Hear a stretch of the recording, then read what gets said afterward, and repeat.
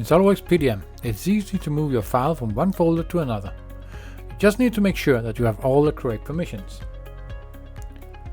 both in the folder which your file is located, as well as in the state that the file is currently in. Also, make sure that the files are checked into the PDM system. However, even if the above criteria is met, you can still get this message.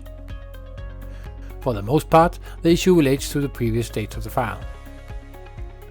If you in a previous state did not have permission to move the file, you will not have permission to move the file in the new state.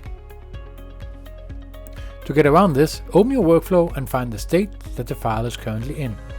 Make sure there's a check mark at Ignore permissions in previous states. After saving the workflow, you should be able to move the file.